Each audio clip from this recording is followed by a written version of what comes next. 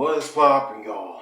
It's your boy D-Mark, aka D-Rhyme. So then I'm back with another video. So, I was thinking of doing this video a few months back. And I wanted to get a chance to do it, but for those few months, I haven't really got a chance to do it. But I'm here to talk about my favorite moments of Bray Wyatt. For the last couple months, man, ever since Bray passed away, I mean, it definitely took a hold in the wrestling community when the news was brought by Triple H, by a WWE Hall of Famer, Mike Rotunda, that Bray Wyatt passed away. And honestly, it's definitely atrocious that he's still gone. And I still, for those last few days that I heard about that news, I'll talk about all of that in the end.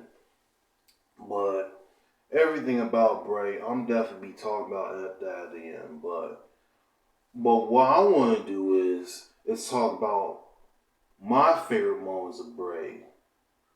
First, start with number one. WWE debut of the Wyatt family. Now, when Bray Wyatt and Luke Harper and Eric Rowan debut, they was definitely making a name for themselves as the Wyatt family. And for those couple of weeks of attacking Kane and attacking several other superstars, for those couple weeks or even months, he was definitely getting over, especially in the Wyatt family fashion. I mean, the Wyatt family has the most greatest feuds with the Shield. I mean, especially with the Shield, I gotta have to go back and check that match out, because I think I see that match one time, but they was definitely a rivalry right there. But the tours on, I feel like WWE should have gave Bray Wyatt a special moment on the spotlight.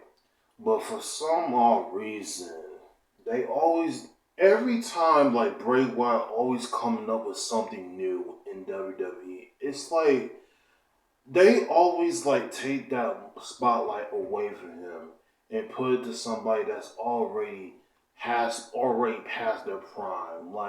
I just don't get that. I remember when I was watching a match against John Cena and Bray Wyatt at WrestleMania 30. Even though the match was good, but I feel like Bray could have won that match to have his first WrestleMania win. That's just my opinion. John Cena could have just took a loss here.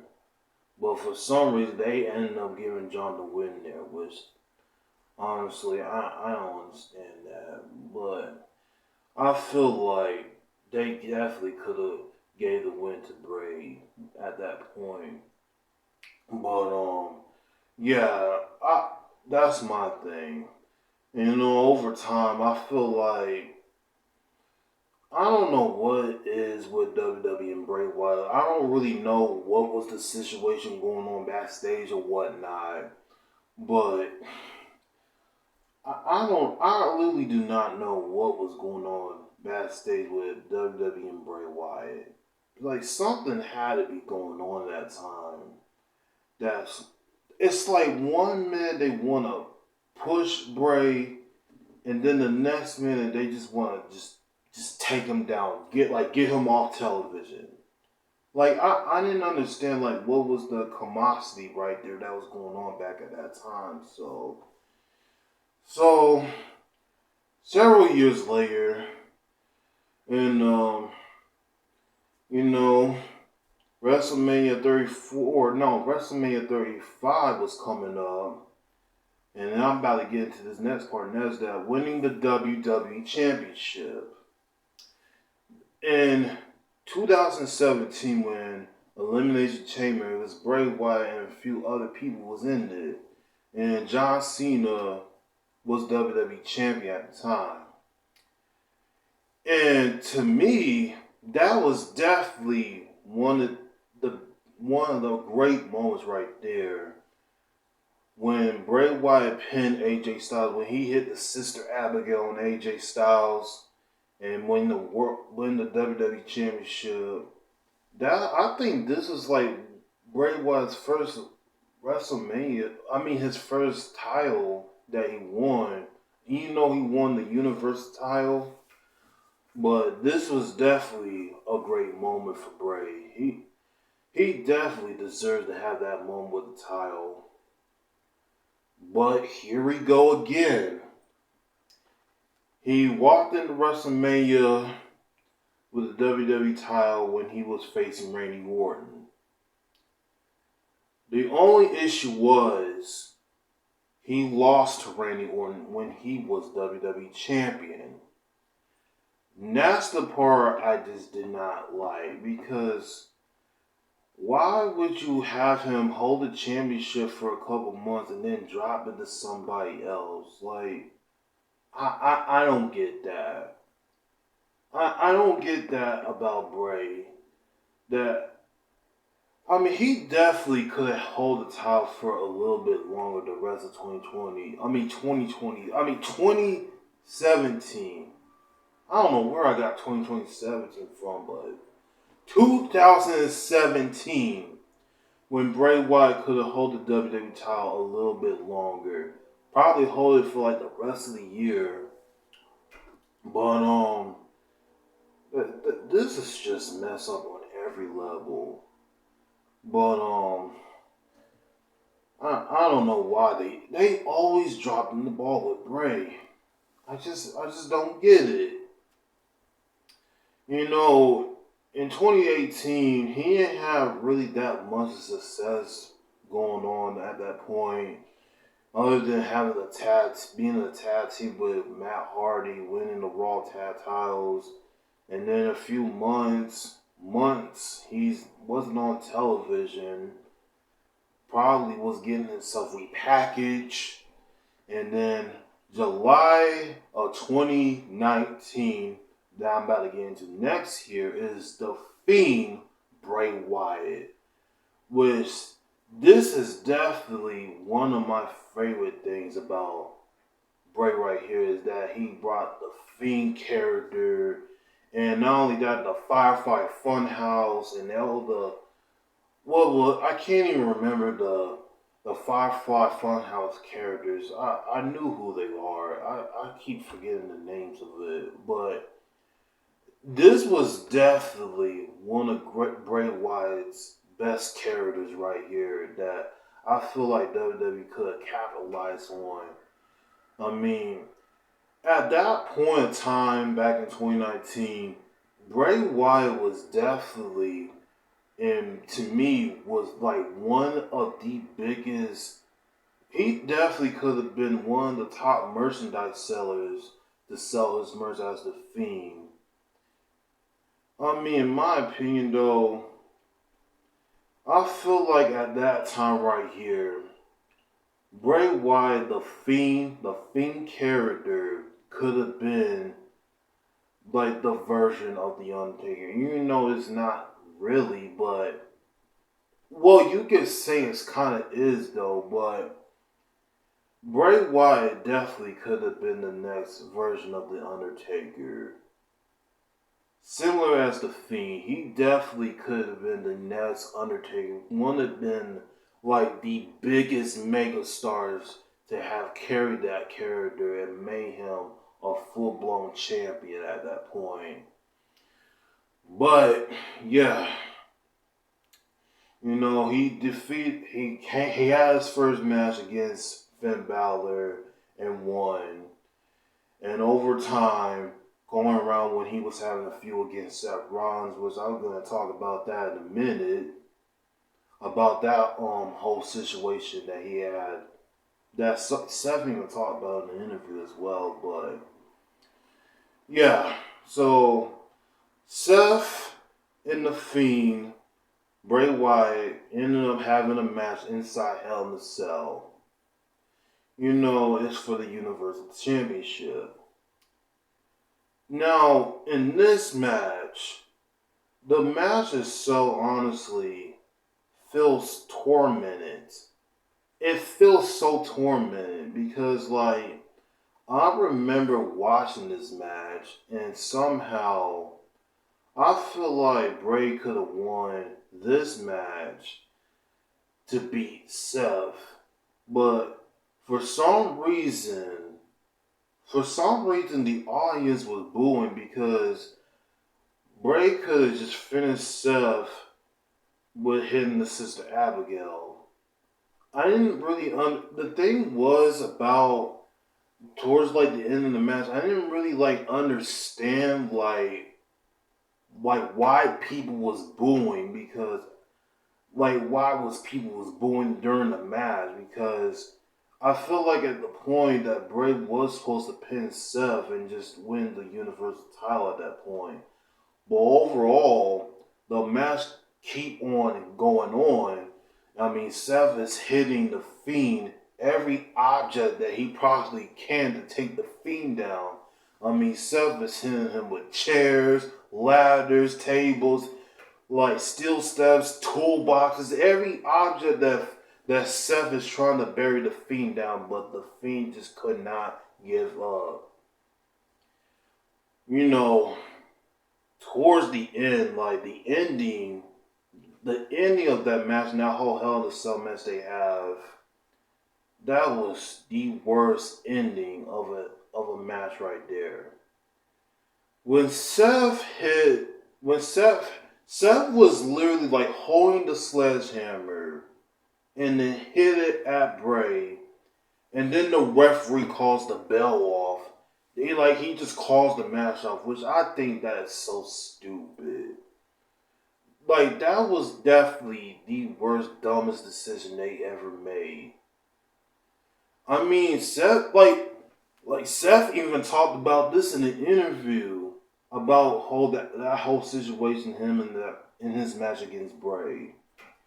That for some reason I think he said in the interview, Seth said the match wasn't just not clicking, and because of that, the Fiend and Bray was definitely not on the same level. So it just was not clicking the way it's supposed to be like. He also said that when he was rivalry with The Miz and Daniel Bryan at that time, it also was not clicking either. It just wasn't working. It wasn't working for the rest of the three. Seth Rollins, The Miz, and mostly his most rivalry with Daniel Bryan, known as Bryan Danielson.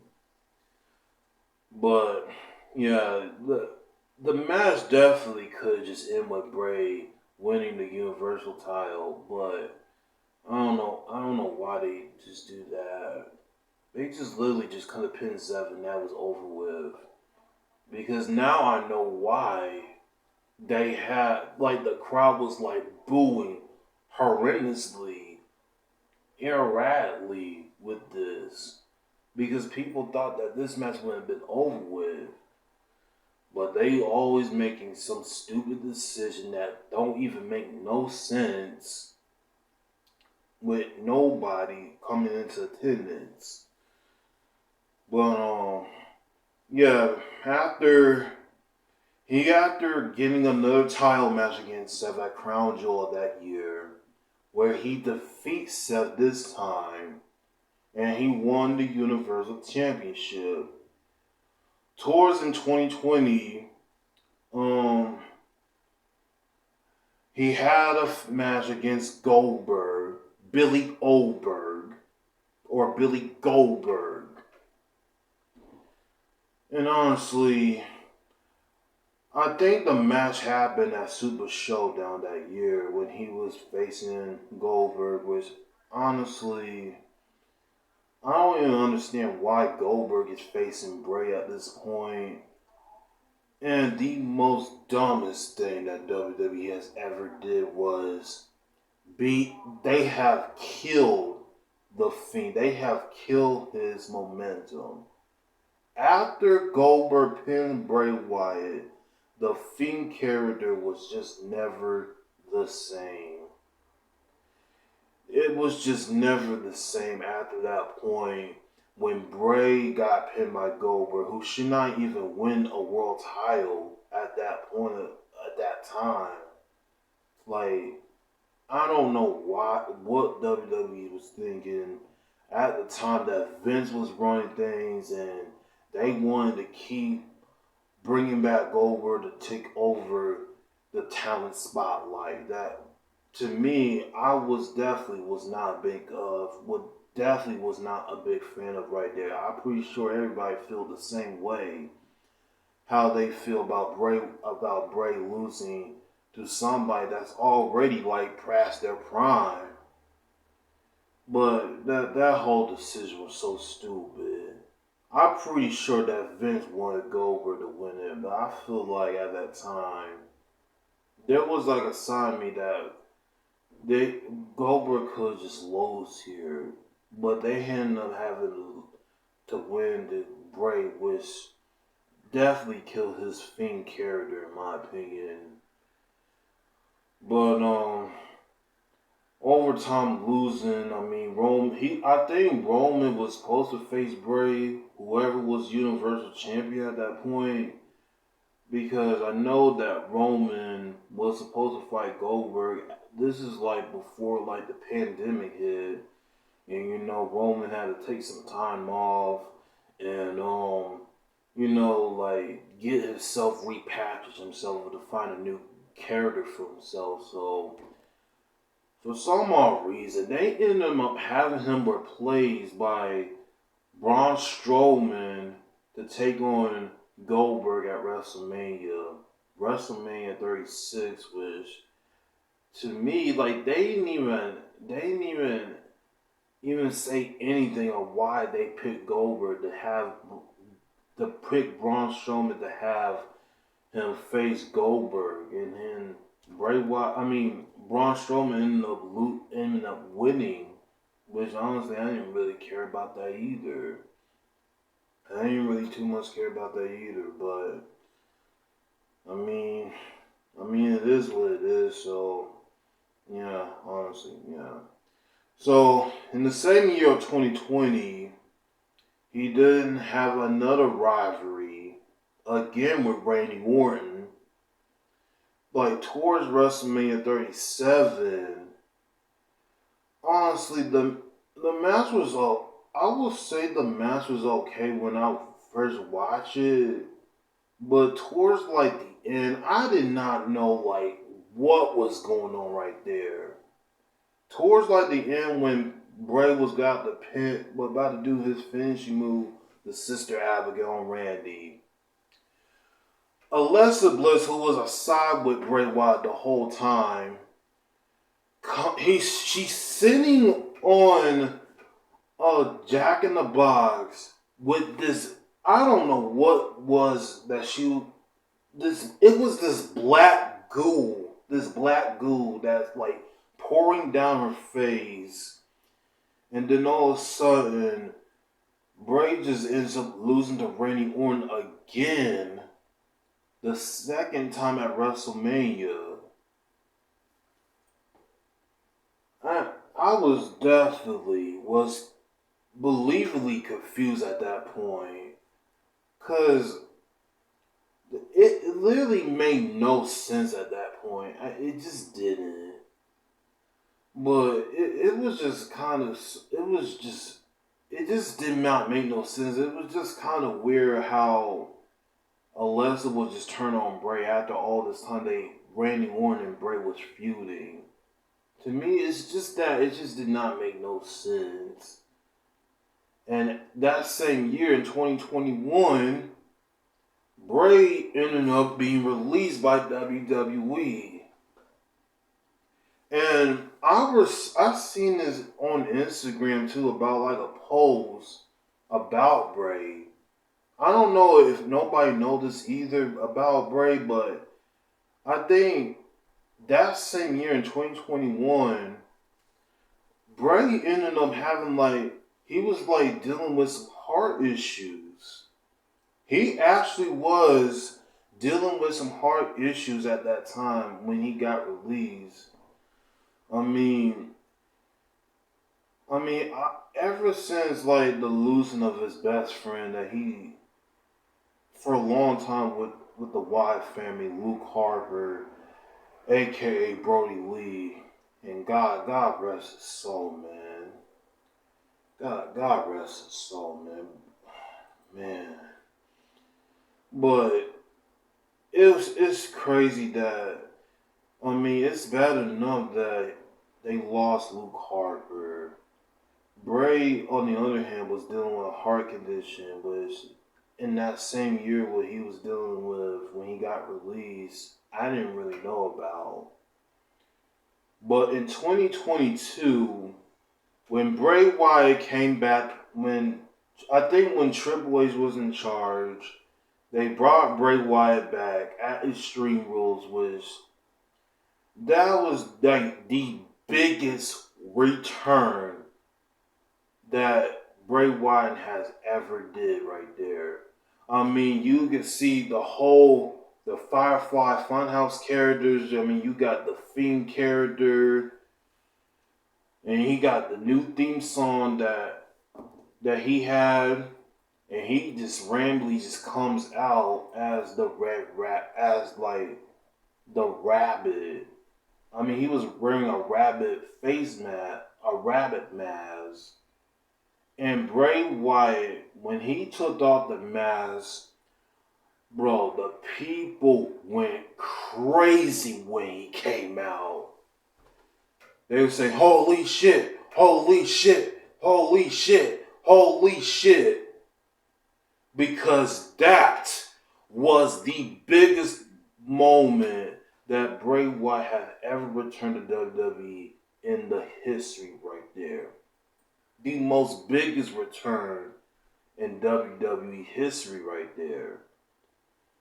And he didn't really have that kind of matches any since he came back. I don't really know what they was planning on doing with Bray ever since he came back, but they haven't really done much with him other than having a feud with LA Knight.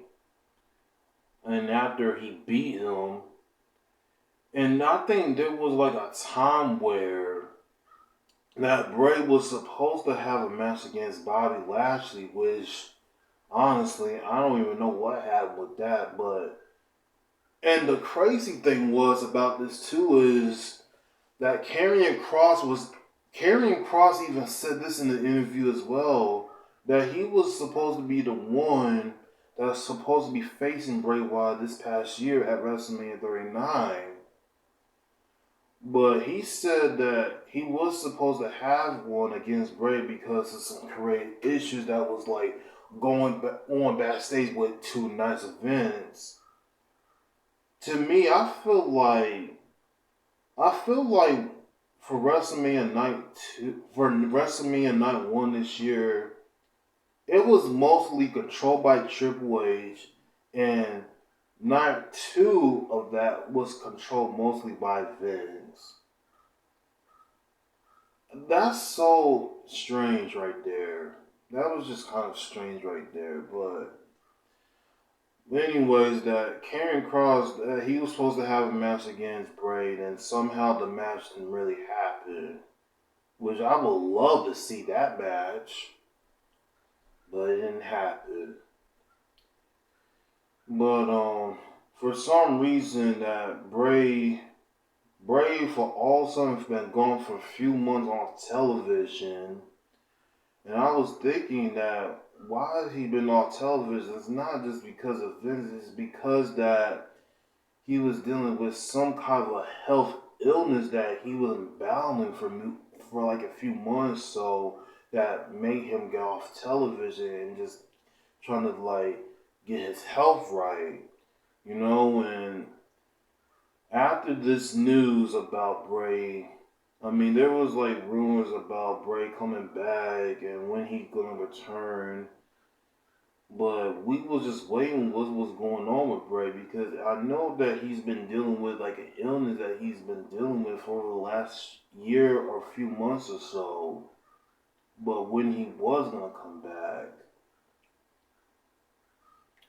So the day of August 24th of this year, there was a news from the whole wrestling world that nobody did not expect, that Bray Wyatt, Wendell Rotunda, has passed away at the age of 36 years old.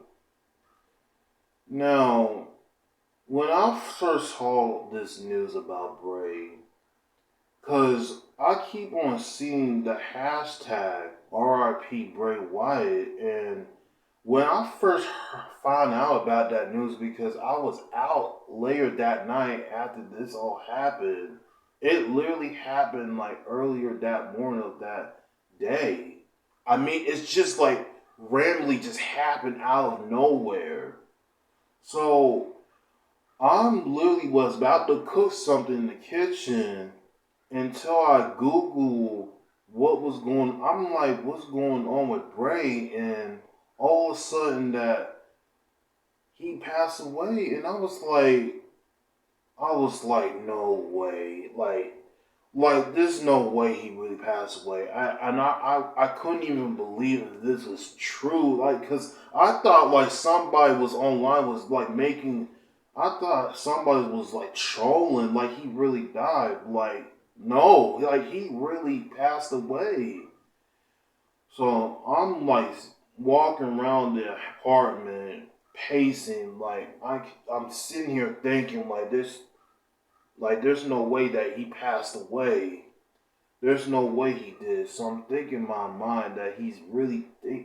There's like a sign of me the day that Bray Wyatt that he's still here, and there's a side of me that's here that tells me that he's not here no more.